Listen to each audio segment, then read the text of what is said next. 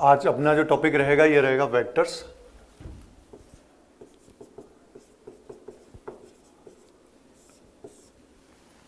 ठीक है, वेक्टर्स जो है बेसिकली वेक्टर्स को हम डिफाइन कैसे करते हैं, उसके पहले कुछ फिजिकल क्वांटिटी एक टर्म होती है। फिजिकल क्वांटिटीज जितनी भी होती हैं, अब पहली बात यह है कि फिजिकल क्वांटिटीज जो हैं, फिजिकल क्वांटिटीज को हम कैसे डिफाइन करते हैं। फिजिकल क्वांटिटीज मतलब ऐसी क्वांटिटी जिनको हम मेजर कर सकते हैं, मेजरेबल क्वांटिटीज। ठीक है, जैसे ये मार्कर है, मार्कर की लेंथ मेजर कर सकते हैं, मतलब फिजिकल क्वांटिटी। इसका वेट मेजर कर सकते हैं तो फिजिकल क्वांटिटी। टाइम मेजर कर सकते हैं, फिजिकल क्वांटिटी। फोर्स, वर्क, ऐसे जितनी भी क्वांटिटीज हैं जिनको मेजर कर सकते हैं, all measurable quantities are known as physical quantities. Physical quantities को क्या है, हम दो पार्ट में डिवाइड करते हैं। दो पार्ट कौन कौन से बेटा? दो पार्ट हैं, एक तो होता है scalar quantities, scalar quantities and vector quantities. Scalar quantities and vector quantities. Scalar quantities का मतलब क्या है? स्केलर क्वांटिटीज मतलब ऐसी क्वांटिटीज जिनको रिप्रेजेंट करने के लिए सिर्फ मैग्नीट्यूड की रिक्वायरमेंट है।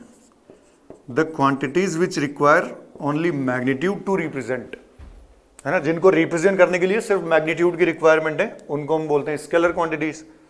जैसे एग्जाम्पल, जैसे मान लो ये मार्कर है, इसकी लेंथ मैंने मेजर किया, सपोज ये 10 सेंटीमीटर, तो मैं बोलूंगा length of marker equals to 10 centimetre.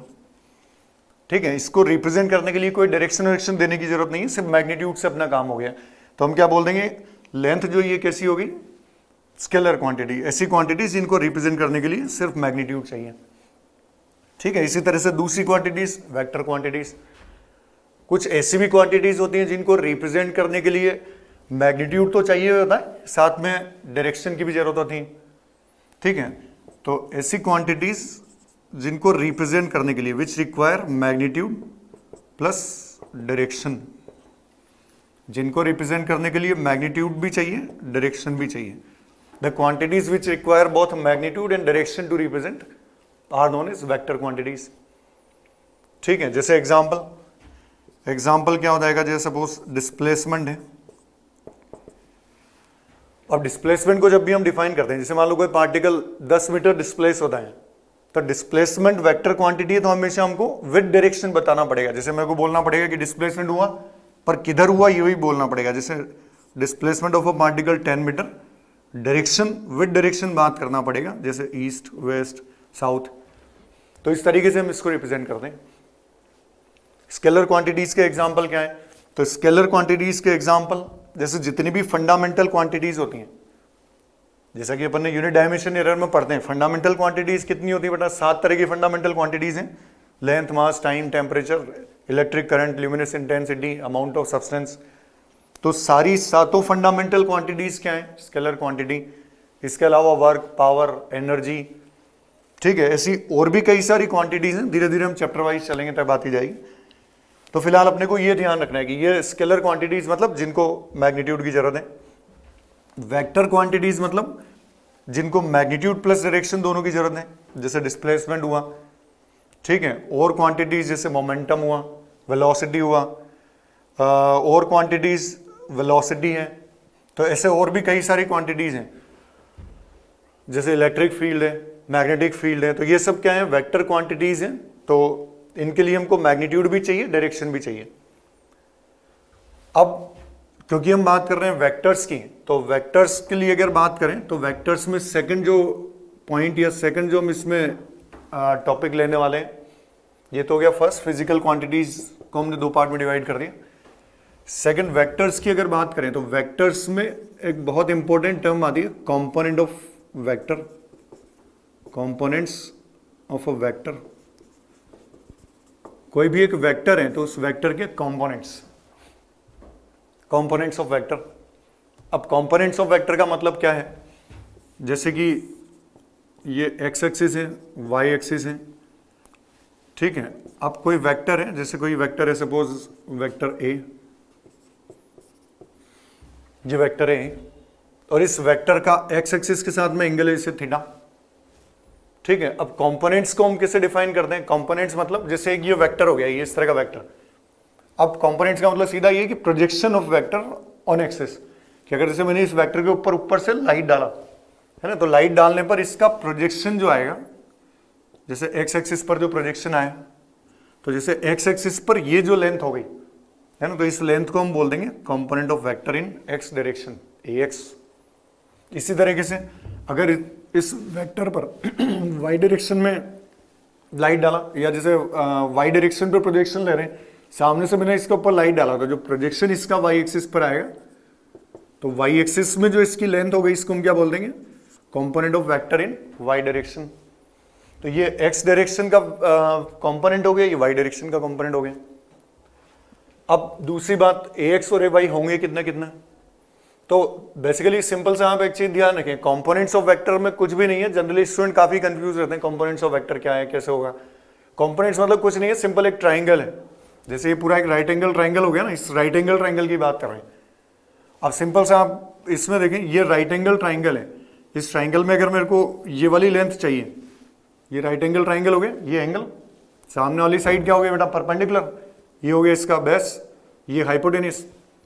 अब इस राइट एंगल ट्राइंगल में अगर मेरे को बेस चाहिए, तो बेस अपॉन हाइपोटेनिस, हाइपोटेनिस मतलब वेक्टर की लेंथ, ये वाली लेंथ, तो इसको मैं लिख सकता हूं इतना, बेस ax, हाइपोटेनिस मतलब वेक्टर का लेंथ a, तो ax बाई a, तो बेस अपॉन हाइपोटेनिस कितना होता है, cos थीटा, या यहां से ax कितना मिल जाएगा, a cos थीटा।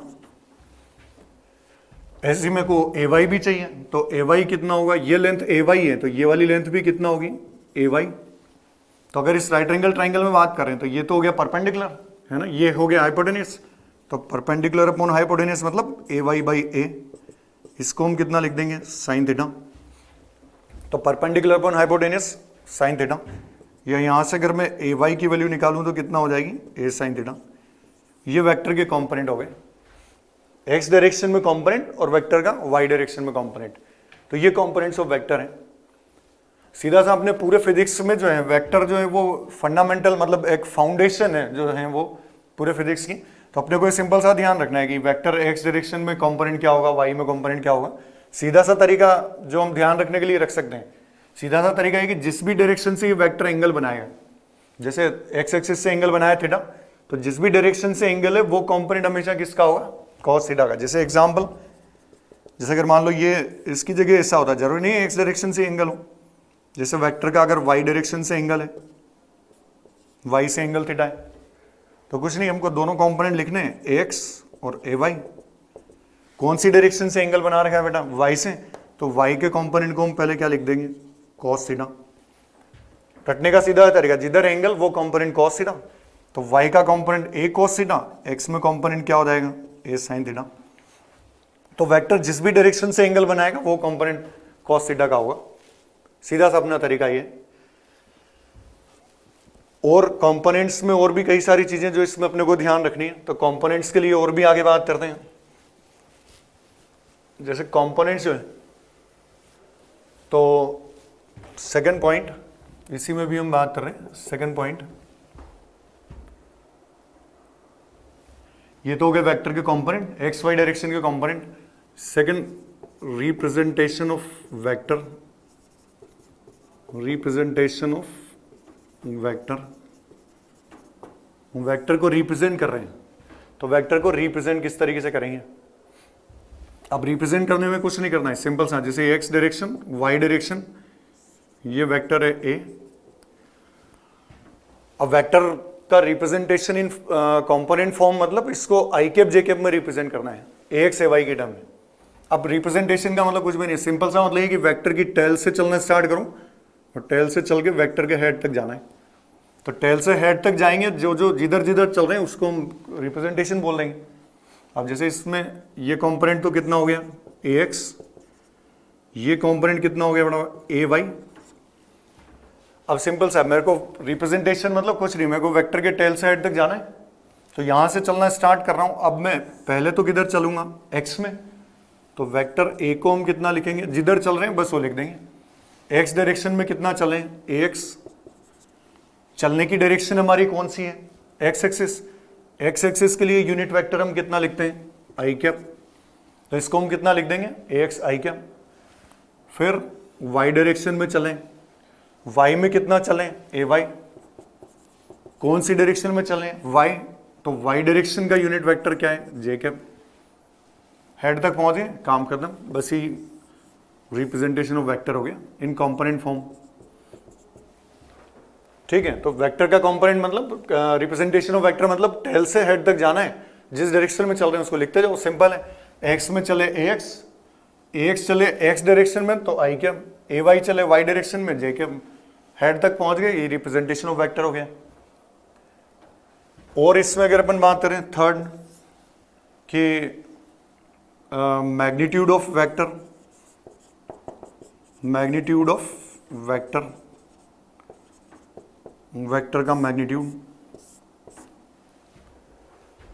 सब कुछ ट्राइंगल से आएगा, नया काम कुछ भी नहीं। जैसे ट्राइंगल से हमने ए एक्स ए वाई निकाले, base upon hypotenuse, perpendicular upon hypotenuse करके, वैसे मैग्नीट्यूड ऑफ वेक्टर का मतलब क्या है, मैग्नीट्यूड मतलब जैसा कि हम जानते हैं वेक्टर की लेंथ, वेक्टर की लेंथ या मैग्नीट्यूड को हम कैसे रिप्रेजेंट करते हैं, या तो इसको मोड में बंद करके या सिंपल वेक्टर साइन हटा के। अब इसकी लेंथ, ये वाली लेंथ चाहिए मेरे को, ये वाली लेंथ है ना, तो कुछ नहीं, कहीं कुछ सोचने की जरूरत नहीं है, राइट एंगल ट्राइंगल है, ये वाली लेंथ चाहिए। तो पाइथागोरस थ्योरम से हम क्या लिख सकते हैं, ये हो गया बेस, ये परपेंडिकुलर, तो हाइपोटेनियस को हम कितना लिख सकते हैं जी, इसका मैग्नीट्यूड हो गया इसकी लेंथ, तो अंडर रूट ए एक्स स्क्वायर प्लस ए वाई स्क्वायर। अगर ऐसे ही जेड कॉम्पोनेंट भी है तो a x square plus A Y square plus A Z square under root, ये वेक्टर का मैग्नीट्यूड हो जाएगा। मैग्नीट्यूड मतलब वेक्टर का लेंथ, तो ये वेक्टर का मैग्नीट्यूड है। इसी तरीके से ये मैग्नीट्यूड ऑफ वेक्टर है। और इसमें अगर बात करें कि वेक्टर एक्स या वाई एक्सिस से कितना कितना एंगल बनाएगा, इसका एंगल,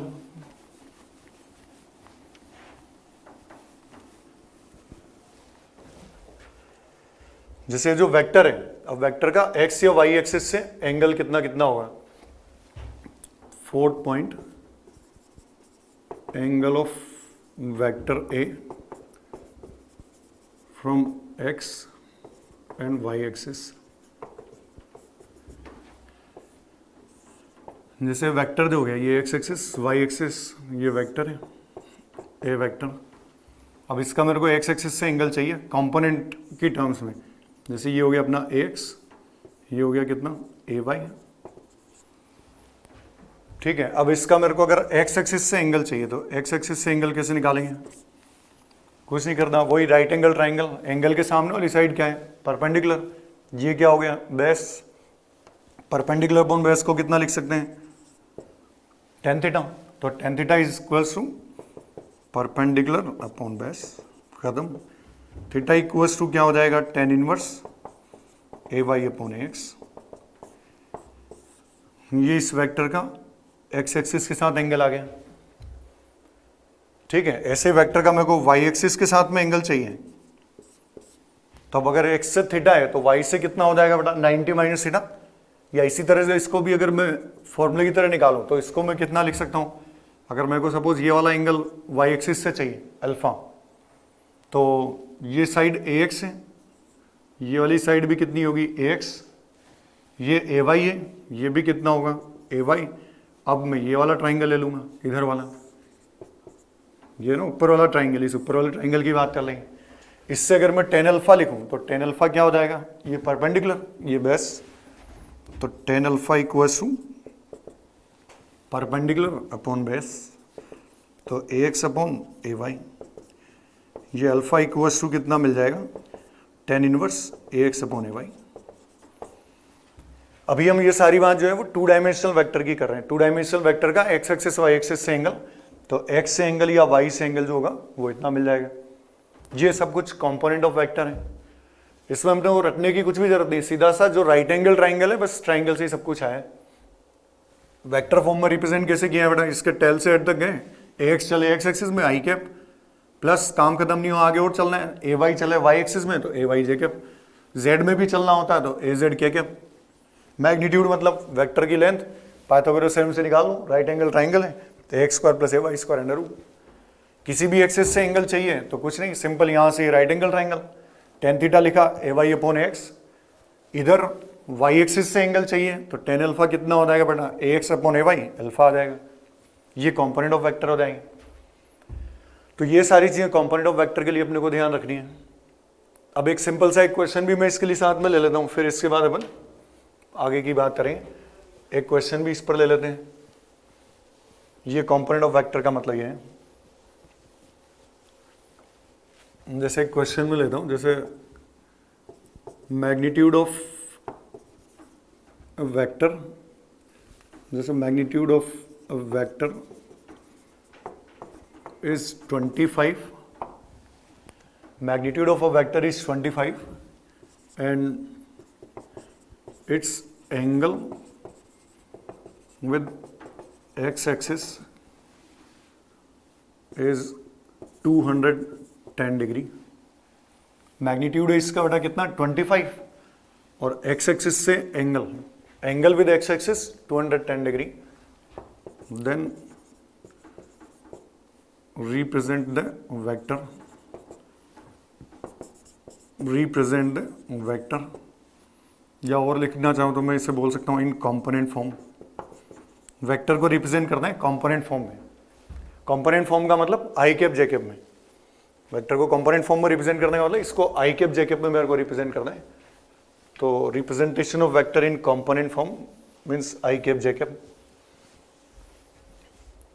अब वो कैसे रिप्रेजेंट करेंगे, जैसा आपने को बोला है कि मैग्नीट्यूड ऑफ वेक्टर ये एक्स एक्सिस हो गई, ये वाई एक्सिस हो गई। वेक्टर का मैग्नीट्यूड है 25, angle with x axis is 210 degree. X मतलब पॉजिटिव एक्स एक्सिस से 210 डिग्री का एंगल बनाता है बेटा ये। तो 210 डिग्री मतलब ये तो हुआ 90, 180 प्लस 30 और, तो 30 और मतलब इधर है, ये वेक्टर है। और ये पूरा एंगल जो है ये यहां से यहां तक, ये पूरा एंगल अपने को दिया हुआ है कितना 210 डिग्री। एक्स एक्सिस के साथ में जो एंगल है 180 प्लस 30, या मैं अगर इस एंगल की बात करूं तो ये कितना हो जाएगा, ये हो गया 30 डिग्री। कितना एंगल मैंने बोल दिया 30 डिग्री। बस खत्म। अब कंपोनेंट के लिए अपने को कुछ नहीं करना है, सीधा सा वेक्टर ने जिस डायरेक्शन से एंगल बनाया वो कंपोनेंट क्या होगा, कॉस थीटा। तो जिस भी डायरेक्शन से एंगल बनाएगा वो कॉस थीटा का होगा। जैसे इस वेक्टर का अगर मैं कंपोनेंट कर दूं, कंपोनेंट कैसे निकालेंगे, परपेंडिकुलर ड्रॉ करूं, जिधर एंगल ये एक्स एक्सिस है तो ये तो हुआ एक्स कंपोनेंट, ए एक्स और ए वाई। एक्स में अगर इसका कंपोनेंट लिखूं, ये वाली लेंथ लिखूं तो ये कितनी हो जाएगी, इसका मैग्नीट्यूड कितना है 25। तो जिधर एंगल वो कंपोनेंट कॉस थीटा, मतलब ये वाली लेंथ कितनी हो गई, ये ए एक्स, तो ए कॉस थीटा है ना, ए कॉस थीटा के बराबर, ए मतलब कितना है 25, कॉस थीटा मतलब कॉस 30। जिधर एंगल, अब इसका इस एक्स एक्सिस से एंगल है, माइनस प्लस की भी टेंशन नहीं लेनी, वो लगा देंगे अपन बाद में। तो एक्स एक्सिस से एंगल 30 है, तो इसको मैं कितना लिख सकता हूँ 25 कॉस 30। ऐसे ही वाई एक्सिस में जिधर एंगल वो कंपोनेंट कॉस थीटा, दूसरा कंपोनेंट साइन थीटा, तो ये है साइन थीटा, तो 25 साइन 30। ये ए एक्स ए वाई हो गए। अब कुछ नहीं, आई कैप जे कैप में लिखना है, सिंपल सा काम एकदम खत्म। वेक्टर जो है ये कौन से कंपोनेंट, कौन से क्वाड्रेंट में, ये first quadrant, second quadrant, third quadrant हो गए। थर्ड क्वाड्रेंट में एक्स भी कैसा होगा नेगेटिव, वाई भी कैसा होगा नेगेटिव, तो दोनों ही के साथ में नेगेटिव लगा दो। एक्स भी नेगेटिव तो -25 cos 30 आई कैप, और वाई कंपोनेंट भी नेगेटिव तो -25 sin 30 जे कैप। खत्म, ये रिप्रेजेंटेशन हो गया। cos 30 √3/2, sin 30 1/2 पुट करेंगे, यहाँ से वैल्यू आ जाएगी। तो जिस भी क्वाड्रेंट में, अगर मान लो ये फर्स्ट क्वाड्रेंट में होता तो क्या होता है, हम एंगल तो लिखेंगे कहाँ से, बहुत सिंपल सा काम है, एंगल तो लिखेंगे किससे, जिधर भी एंगल वो कंपोनेंट cos थीटा। रही बात प्लस माइनस की, तो जिस भी क्वाड्रेंट में प्लस माइनस आ जाएंगे। फर्स्ट क्वाड्रेंट दोनों कंपोनेंट प्लस, तो एक्स भी प्लस वाई भी plus. Second quadrant x negative y positive, तो x negative y positive. Third quadrant दोनों नेगेटिव, तो x negative y negative. Fourth quadrant x positive y negative, तो x positive y negative कर देंगे। तो इस तरीके से हम कंपोनेंट इसका फाइंड आउट करेंगे किसी भी वेक्टर के लिए। तो इस तरीके से हम कंपोनेंट्स जो है वेक्टर के कंपोनेंट कैलकुलेट करेंगे।